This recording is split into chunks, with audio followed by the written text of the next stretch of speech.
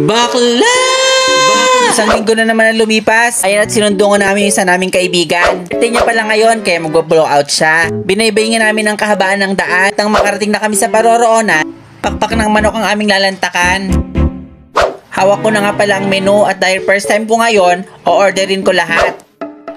Waiter, gusto ko nito, at nito. Lahat-lahat yan. Isama mo pa ito at ito. Hala, permimit kinadurbab ni bakla. In-order namin aminin.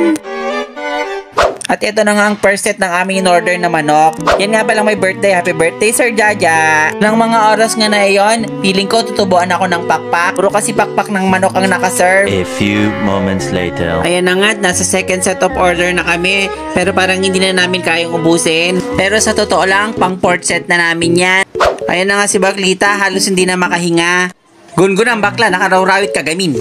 Sa totoo lang, suko talaga yung Baklita. Hindi talaga niya alam kung paano niya uubusin yung manok kasi baka magbayad Moira, siya. pasok. Uubusin ko ito dahil ayaw ko na magmulta. At success na nga bakla, naubos na nga lahat ni bakla ang manok. O ayan, galit pa siya. Tingin pa nga siya guys kasi parang iniwan na siya ng mga kasama niya. Ayun na sila sa labas. Salamat nga pala Sir Jaja. Happy birthday!